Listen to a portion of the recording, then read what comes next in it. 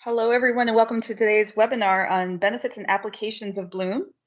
I'm April Thompson, Director of Marketing for Bloom, and we're very excited to have so many of you joining from all over the country. So before I introduce our featured speaker, just want to again go over a few housekeeping items. Again, while we very much welcome your questions and comments, we'd appreciate if everyone would stay muted and just use that chat box to enter any questions or comments. And you should see that little icon in the middle of the control panel there, little chat icon with two lines in the middle. As things come up through the presentation, you can put your questions there and we will hold them for the end where we'll have time for that. So note also that this presentation is being recorded, so not to worry if you'll miss something, we'll send this out to everyone afterwards. So without further ado, I'd like to introduce today's speaker, Chris Peot. Chris is the Director of Resource Recovery for DC Water and really the driving force behind Bloom, who brought this to market. Chris directs the resource recovery for DC Water by establishing policies, plans, and procedures related to the recycling and extraction of valued from recovered resources, which we're going to hear more about today. Prior to joining DC Water, he served as a consultant in Seattle working on organic waste recycling issues and worked on similar issues for LA's Bureau of Sanitation. Chris has a BS in Civil and Environmental Engineering from the University of Wisconsin at Madison and an MS in Civil Engineering from California State University at Long Branch. He's also a baseball fan, and I'm sure mourning that the World Series champs won't be kicking up the season tomorrow, but that just means that the Nats will stay in their pristine position of world champs for a little bit longer, so that's not too bad, I guess. Chris, over to you. Hey, thanks, April. Really appreciate it. Yes, the Nats remain undefeated. That's fantastic. Thanks, everybody, for joining us.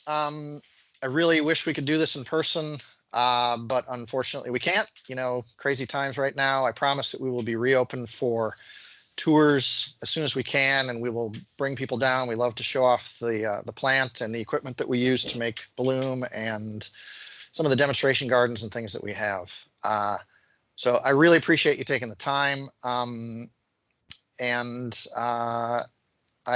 just want to, I was looking at the list of people who have signed up, and we've got people who are existing and potential customers for Bloom in the DC region. We've got people from the wastewater industry. I know some friends from the West Coast. Hi, Miley, from Seattle, a few other people out there. So thanks for joining us. I really appreciate it. So I'm going to go through this, and I'm going to go through some technical information, but I'm going to keep it fairly rudimentary because there are a wide range of viewers here. So I'm going to start with the presentation. Thanks very much. I just happen to have my Bloom hat, my Bloom sweatshirt, a Bloom t-shirt, and my Bloom mug here. Not especially for this event. It's just because I wear it everywhere. Everybody knows that. So we are really interested in talking about the benefits of Bloom.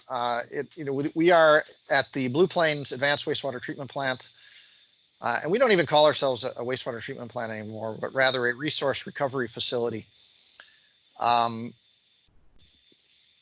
We serve the citizens of the District of Columbia and also regionally, the capital region, 2 counties in Maryland, 2 counties in Virginia as well. And we provide drinking water to all of the citizens of DC. They all use the water, put their waste into it, ends up coming back down to us, and then we clean it up, put it back out into the river, cleaner than when we took it out of the river upstream, way cleaner. And we take the, I'm going to say in air quotes, pollutants out. The pollutants are carbon and nutrients, because we don't want those carbon and nutrients going out into the river and then eventually out into the Chesapeake Bay, which would upset the ecosystem. We don't want to upset the balance of nutrients out there.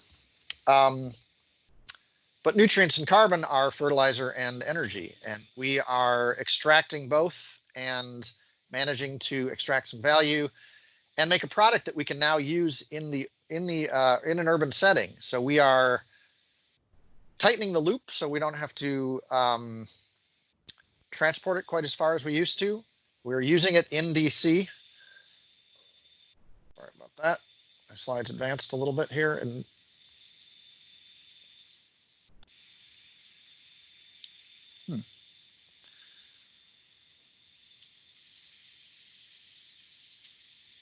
sorry about that, technical difficulties. And then, you know, we're able to cure and heal some environmental scars in the DC area too.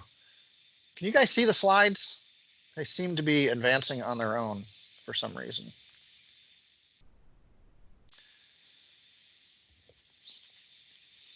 April, are you? There you go. All right, I'm going to start over.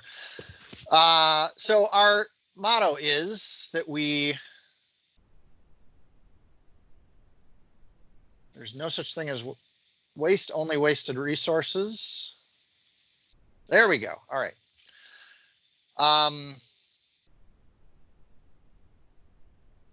Can you see this, April? I'm not sure what happened. It was on your first slide, and now I'm just seeing your face here in the quadrant along with a few others. Can you go back to share? Let me try that again.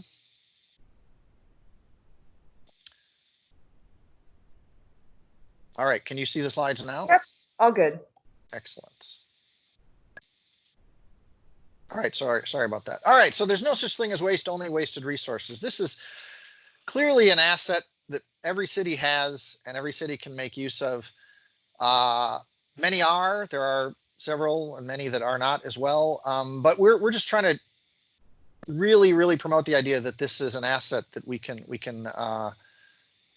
make use of. So the magic behind our product, our Bloom product, is our digester system and our thermal hydrolysis process. We put it in about 5 years ago. These are brand new digesters, and it was an enormous discretionary expense that our board approved because they understood that it made great environmental sense and also economic sense. I really think it's this rare municipal project that makes sense on both sides of that argument, both economic and environmental. And we are making a beautiful product that we are promoting, you know, and it's not a passive activity. We are holding events. When we did the ribbon cutting for the digesters, we had a digester launch event that was masterminded by our previous general manager, George Hawkins. He brought the mayor out, who's in the sharp suit there, Muriel Bowser, our board chair, our representative in Congress, an influential city council member, somebody from EPA, somebody from the Department of Energy, and they all stood by as we flipped a switch and powered a neon sign with the electricity that's produced from the digesters. And then we had them ceremoniously plant this tree with the Bloom product. And it was great because they all got to see it. They all got to put their face in it and smell it. And so now they understand what it is that we're talking about when citizens call and they ask questions. So it was really great. It was a nice way to launch everything. And the mayor was kind enough to get on social media and talk about it and talk about what a great program this is. So the process itself is we draw solids out of 3 different processes in the wastewater treatment process. We screen it. It goes through the Canby thermal hydrolysis process. In the middle here, this is just a block diagram, but this is sort of where the magic happens. It's high heat, high pressure. And when I say high heat, I mean really high heat. It's 160 degrees centigrade, not Fahrenheit, but centigrade. And we do 22-minute batches. So it's well above pasteurization. Pasteurization is 70 degrees centigrade for 30 minutes. This is 160 C for 22 minutes. And it's also under high-ish pressure by our standards. It's in these pressure vessels that are at about 90 pounds per square inch. We stand here on the Earth at about 14 PSI. So it's about 6 times atmospheric pressure.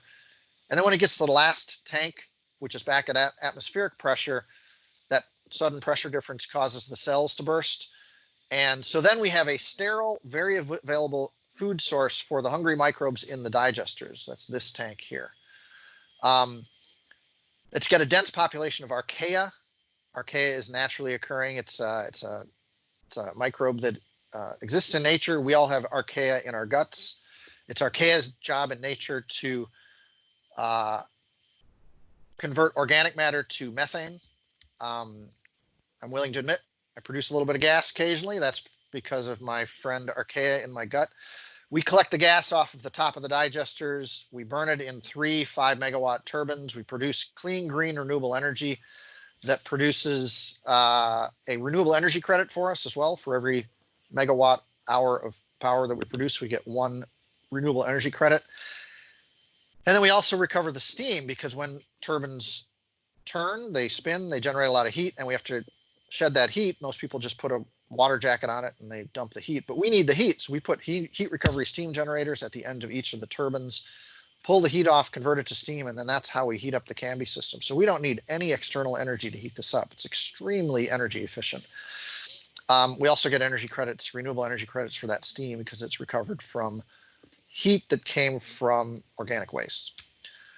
So that's the energy side of it. The solid side is that the digesters are not 100% efficient. So what does not get converted to gas, it comes out of the bottom of the digesters, and that is our Bloom product. And we put it through a dewatering process, squeeze the water out, and load it out to go out to farms and soil blenders and other people. And then we also blend some of it into product, which I'll show you later.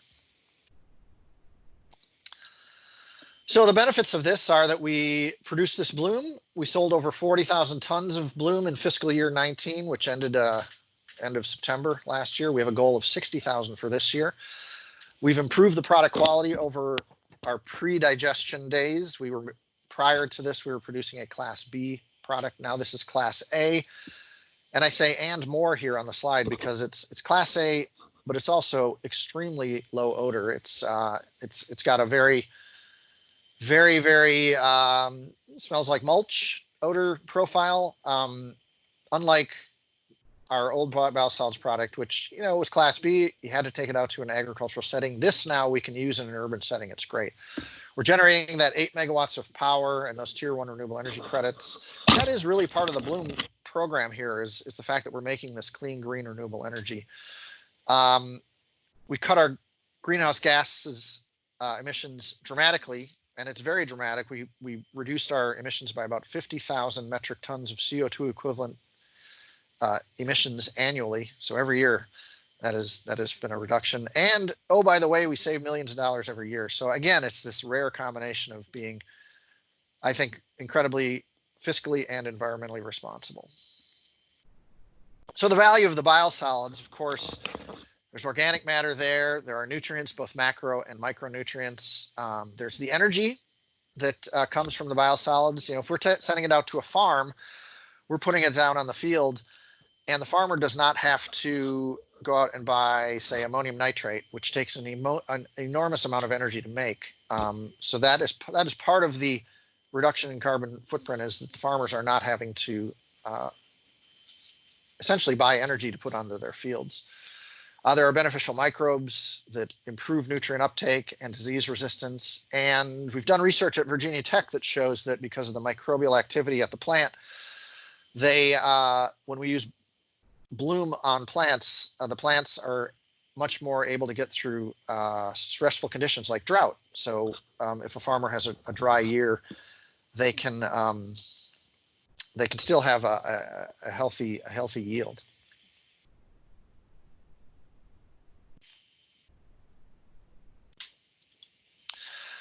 This is one of the farms that land applied in Fauquier County in Virginia, and I love this photo because you can clearly show where the buffer zones are around the streams, because we don't want those nutrients getting out into the streams. And then this is Farmer A, who used the biosolids in a very, very dry year, and Farmer B on the top half of the screen, who did not, and you can see the stark difference.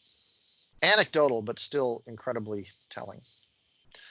Once it goes out to a farm, it just ends up on a farmer's field, and it ends up in a manure spreader and gets spread just like traditional farming.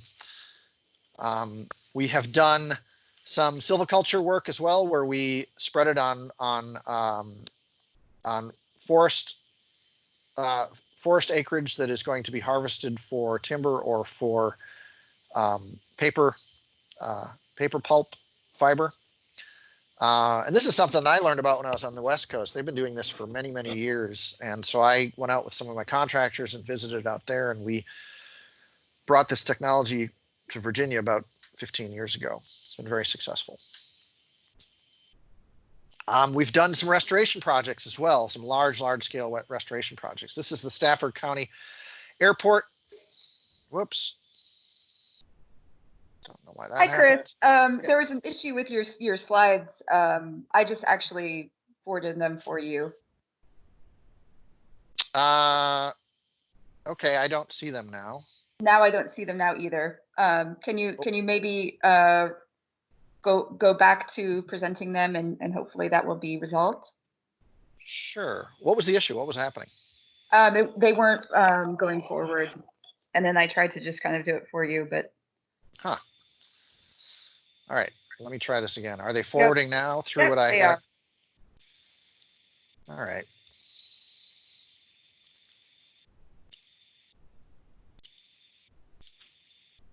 All right, this is where I left off. Stafford County Airport, can you guys all see that? Can you see that, April? All right.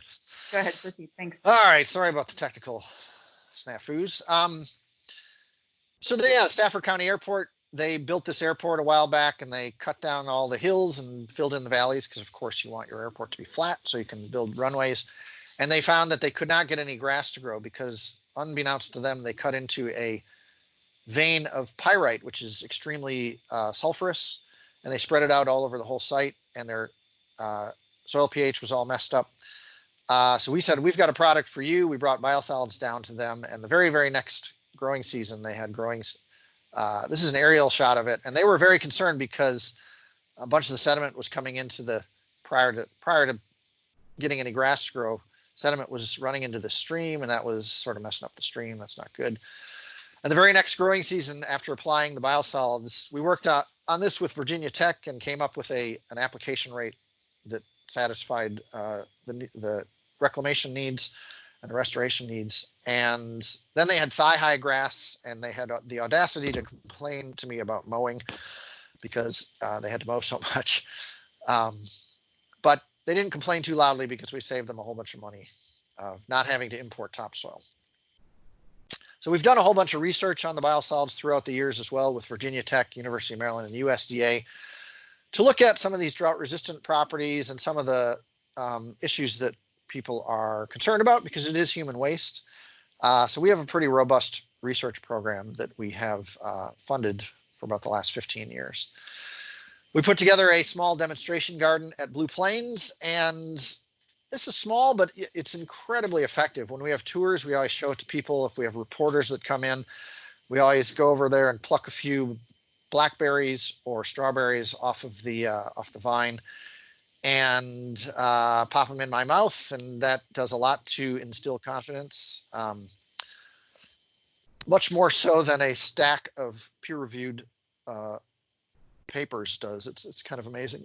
You can see in the shed in the back, we also have a giveaway for our employees, which is nice because they put it on their lawn. The lawn looks great. Their neighbors ask about it, and word spreads sort of organically. We have, again, this is not a passive activity marketing our Bloom product. We go out to the public, and we have presented annually at some conferences in DC. The Rooting DC conference, which is a conference for urban ag, has allowed us to present and set up our booth. And it's been very effective because it's been great. People understand what we're trying to do and that we're trying to get this product into the circular economy and make a waste out of what was, or make a product out of what was once considered to be a waste. We also have bees. We have honeybees at the plant, which is great. Not only because it's fun and we get some honey out of it, but because it also sort of, shares our concern with the mission of urban ag, the urban ag community. We understand that pollinators are extremely important, and we're doing our part to populate the DC area with pollinators. So as a result, we've been able to get onto a bunch of the community gardens. These are 3 of my favorite. Probably the one that is my favorite is the one in the middle. It's the Washington Youth Garden. It's at the the National Arboretum. And the woman who runs this brings kids in, teaches them how to garden, teaches them where food comes from, and then feeds them the food at the end of the year. And she used our product and understood the science, understood what we were trying to do, understood the risks were very low, and was incredibly present on social media and helped us out a lot. So this has really helped build confidence within the community. Again, none of this happens passively. We're happy to be out in the community and spreading the word about Bloom. So as a result, we're all over DC. This is sort of an old map, but I like it because it shows that we're in all eight wards of the city. We're using it throughout the city for community gardens and for tree planting and different things. So while we were always very proud of our Class B product, which is the product on the left, the Class A product is beautiful. I'm going to say it. It's an incredibly beautiful product. Comes out looking like rich Iowa topsoil. Because we are now Class A, we can diversify our end uses and get it into the hands of people who value it. And it turns out that high quality topsoil substitutes and soil amendments are in high demand in urban areas. So we branded it. We branded it as Bloom. That's our trademarked name. We have the infinity symbol in the middle, which of course connotes recycling. And I love our tagline, good soil, better earth. Good soil is very obvious, but better earth opens up the conversation to start talking about sequestration of carbon, which is incredibly important. There's this huge sink that we can be putting carbon into on planet Earth, and also the production of the green energy and the renewable energy credits. So that's all part of the story. Please visit our website, bloomsoil.com, for more information. So we have now a whole bunch of different products, and we've got product spec sheets on each of them. We have a couple of trucks that we have branded as Bloom trucks that go out and deliver product all over the DC metro area. We currently have our distribution and marketing permits in DC, Maryland. That is wrong. That is not. MA is Massachusetts. It should be MD. DC, Maryland, Virginia, and Pennsylvania. We're also working on New Jersey and West Virginia. So we also built a small blending facility where we can blend product for customers. I built it with the budget I had and in the space that was available, and we immediately hit capacity. So we are looking for partners to take the fresh Bloom off the belt and blend it at their sites, because that way we can reach more customers. We have limited amount of person power and space here to make products, and as soon as we make a batch, it sells. So I think that if we had partners, we could sell a lot more and get it into more people's hands. It is a great product for construction projects. We've had a partnership with Lane Construction in Maryland for a couple of years now, and they've been using it on some projects. We've also done some wetland restoration projects with it. It works great to bring out to a construction site and blend on site. Lane, I'll use Lane as an example here. They were having some problems finding enough compost to meet their spec for some of their projects. And we said, hey, we've got a product that comes off our belt every day. It's incredibly consistent. It really never changes. If we can get a sample to a lab and get that analysis accepted by Maryland State Highway Authority, I think that you will never have any problem finding enough material to blend and meet that spec. So we did it, and it met the spec, and now they're using our product on different projects. We make a woody blend. It's a favorite of gardeners and groundskeepers and landscapers. The American Horticultural Society has been using it, and some of our other customers are using it and selling it. We have a sand sawdust blend that mimics a product that is made in Tacoma, Washington. When I worked on the West Coast many moons ago, I admired what they did out there. They've been doing this on a smaller scale for many years, and this product mimics theirs, and they were incredibly helpful. It was great. We, of course, don't have any market overlap between us and Tacoma, Washington State, that is. We're using this product, again, all over the DC metro area.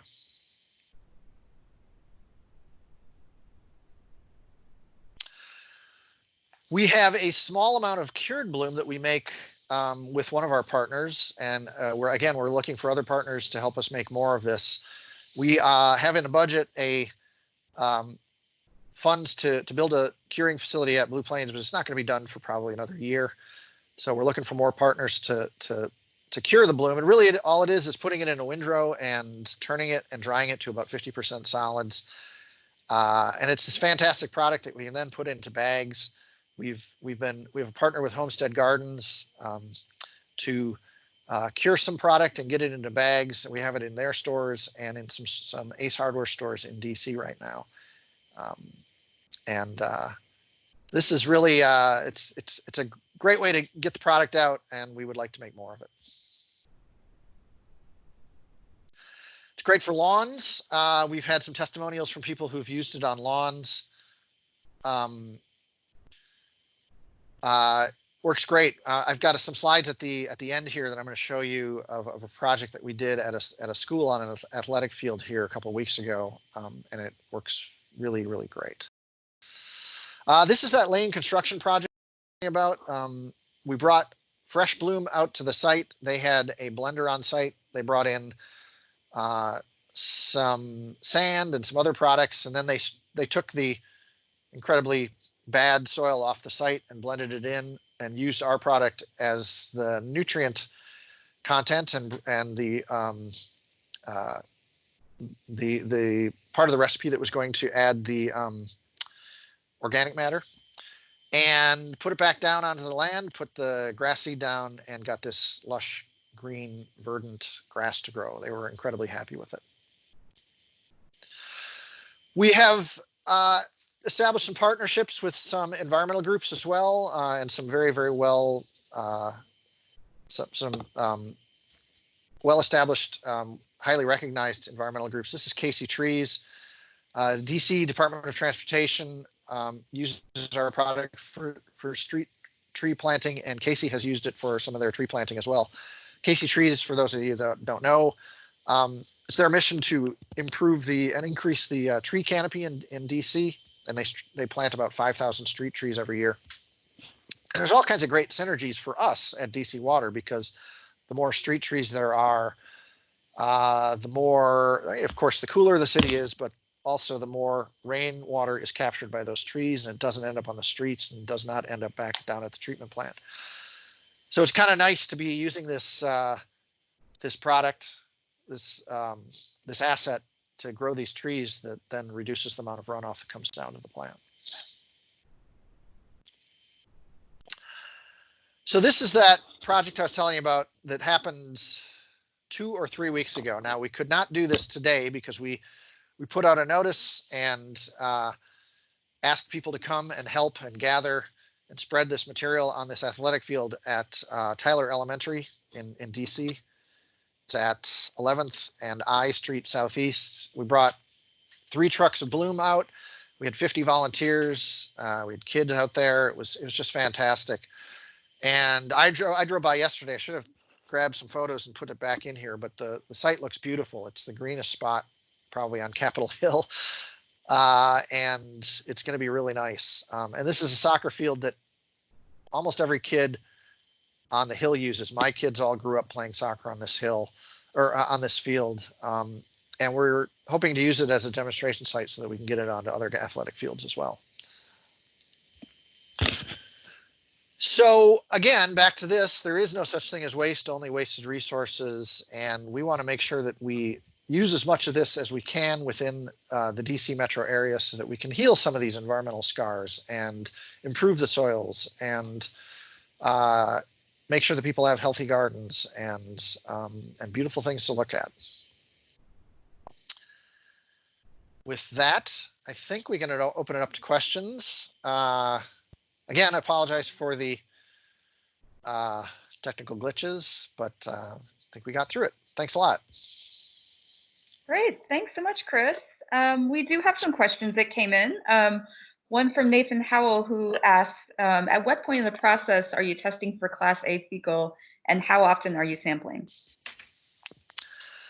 Yeah, we test for fecals twice a month, but we have temperature feedback like almost once a second.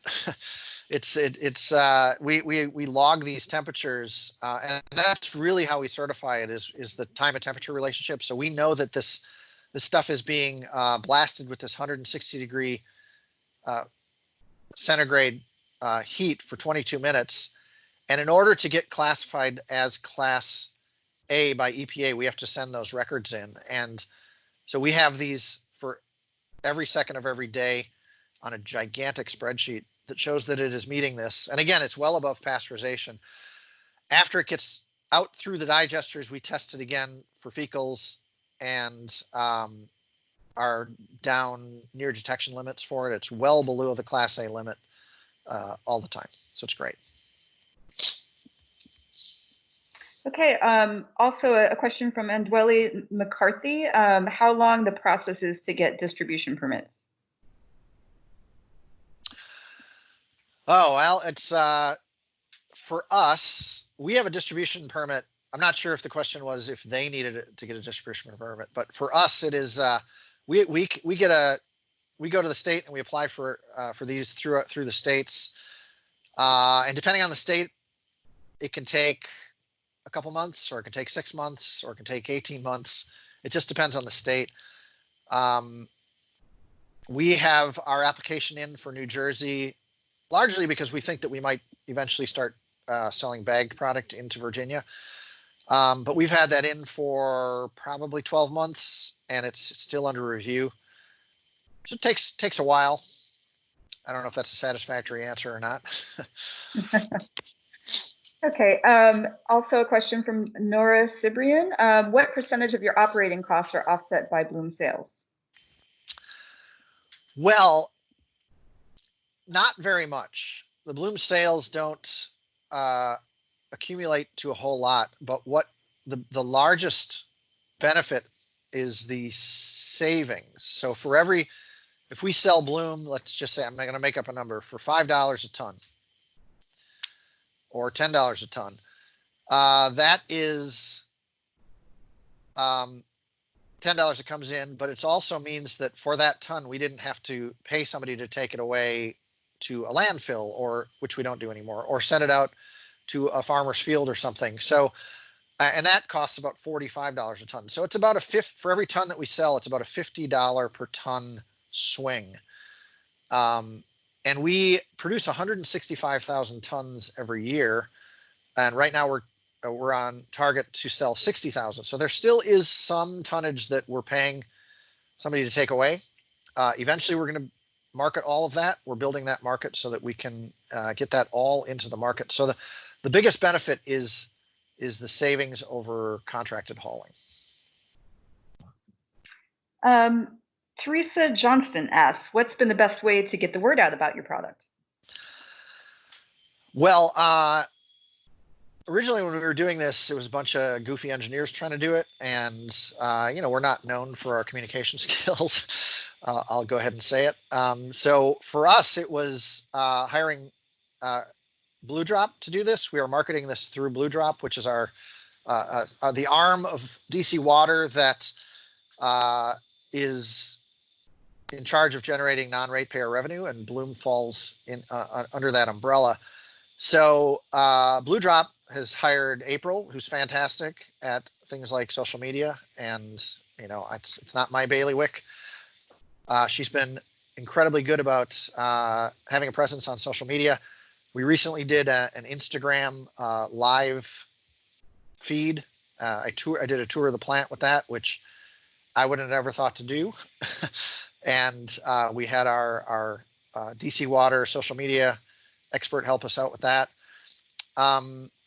And then, just with farmers, it's been really good to get out to farm meetings. That I'm not necessarily sure that the farmers are going to be on Instagram, but if we go out to the farm meetings, Holly Kaiser's been going out to, she's our ag salesperson. She's been going out to farm meetings. It turns out there's a lot of business that occurs at those meetings, and Holly knows a lot of people in that community. So we've been trying to have a presence at those meetings as well. Great, thanks. And question from Erica Jones: How do you get more products sold into more retail stores? Yeah, that is a challenge for us, and largely it has to do with having the ability to cure more material. The product in retail stores in bags, we think, has to be cured in order to be a high quality product. And as I mentioned, we have this curing facility that we're building, but it's not going to be done for another 12 months probably. So we're seeking other partners to cure more material.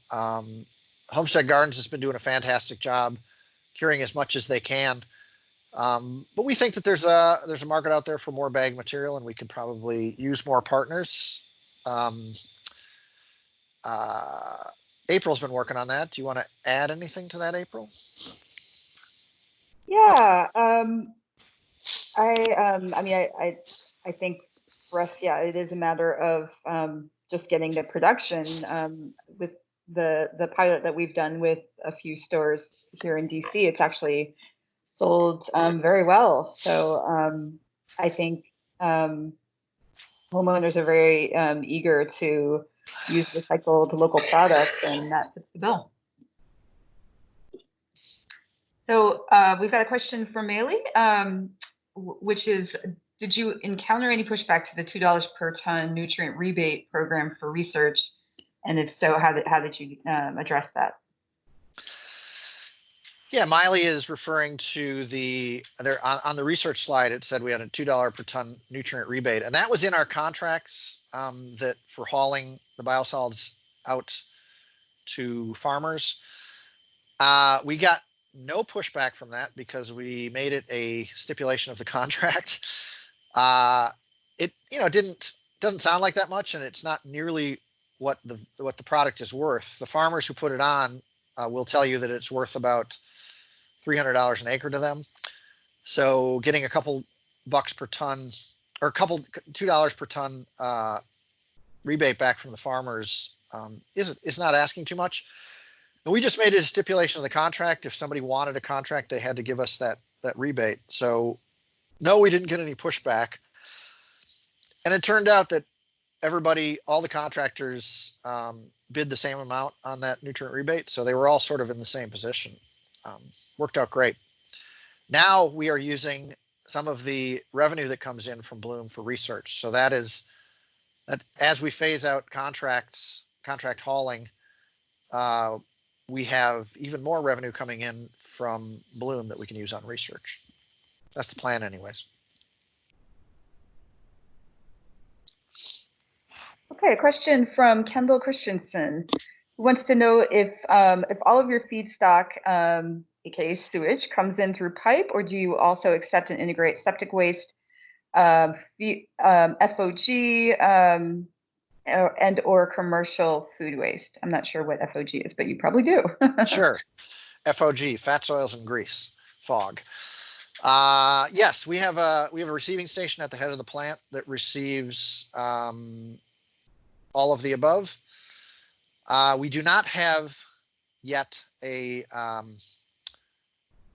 receiving station for food waste to go directly into the digesters. That has proved to be complicated, and we have put it on hold partially because the digesters are fairly new and there are some operational issues that we are trying to work out.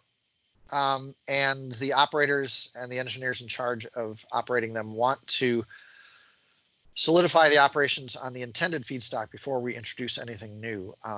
So right now we are not putting anything directly into the digesters, but we do have a receiving station at the head of the plant. So it goes through the whole treatment process. Okay, another question from Jennifer McDowell, wanting if you can comment more on the specifics of the construction specs, some of the challenges in getting a different than compost product accepted for that type of use. Yeah, that was great. Hi, by the way, Jennifer. Good to hear you're here.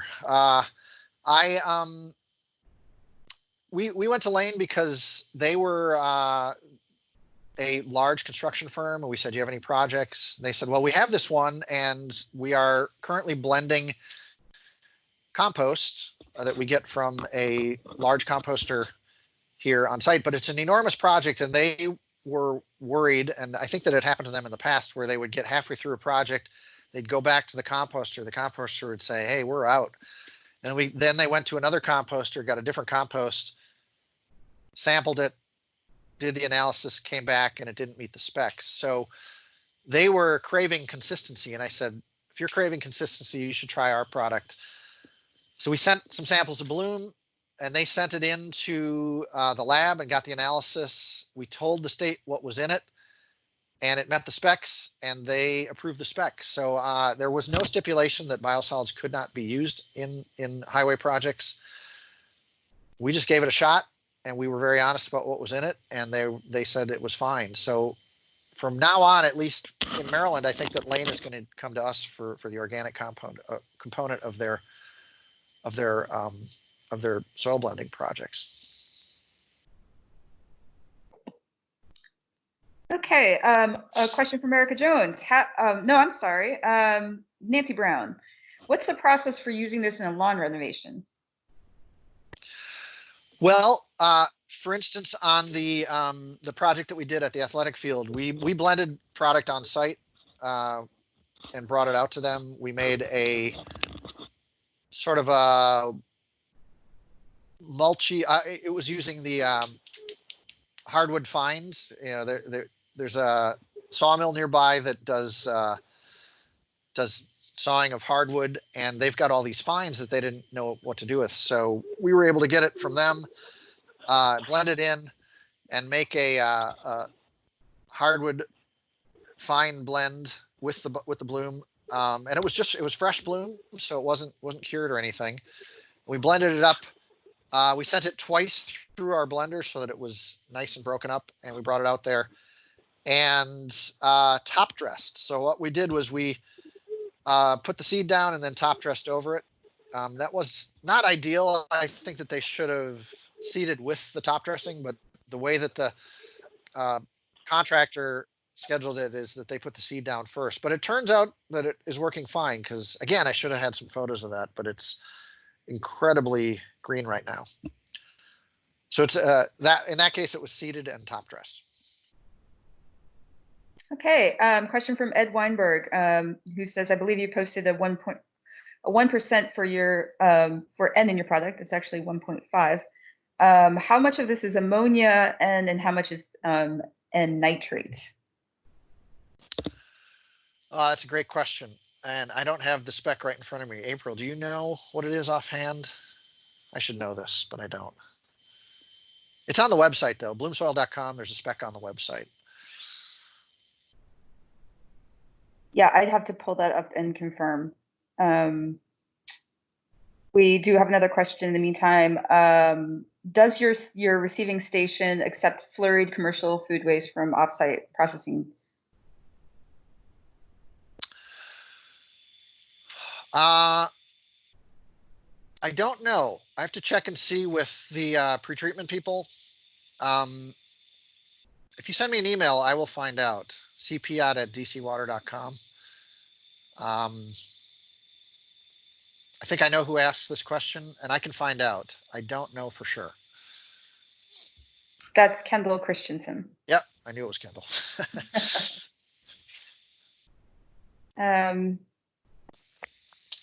Let's see.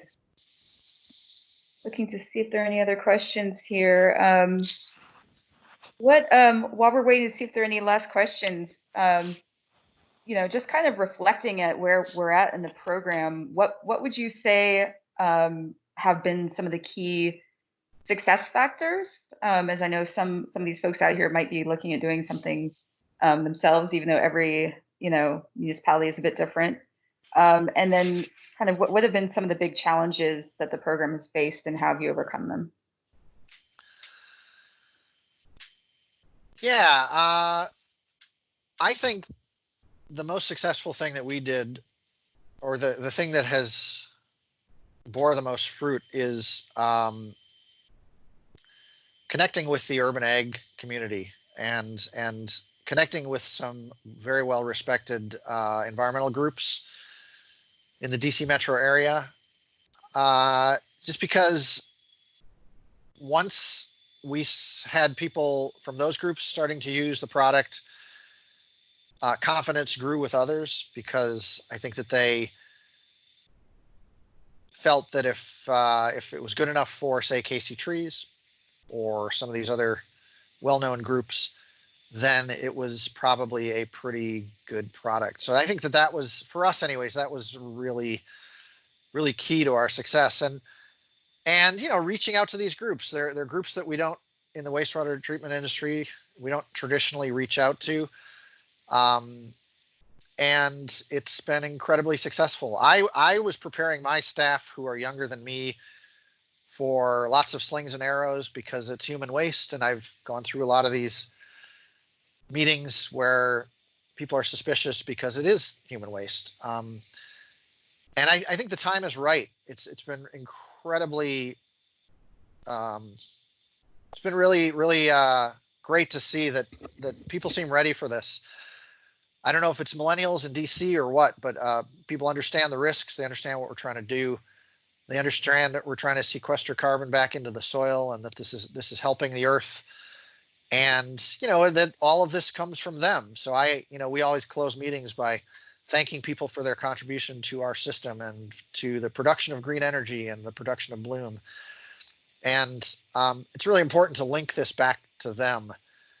I always use the analogy that if we're animals, right? And we just happen to all live in an urban setting, and our poop goes away. But if a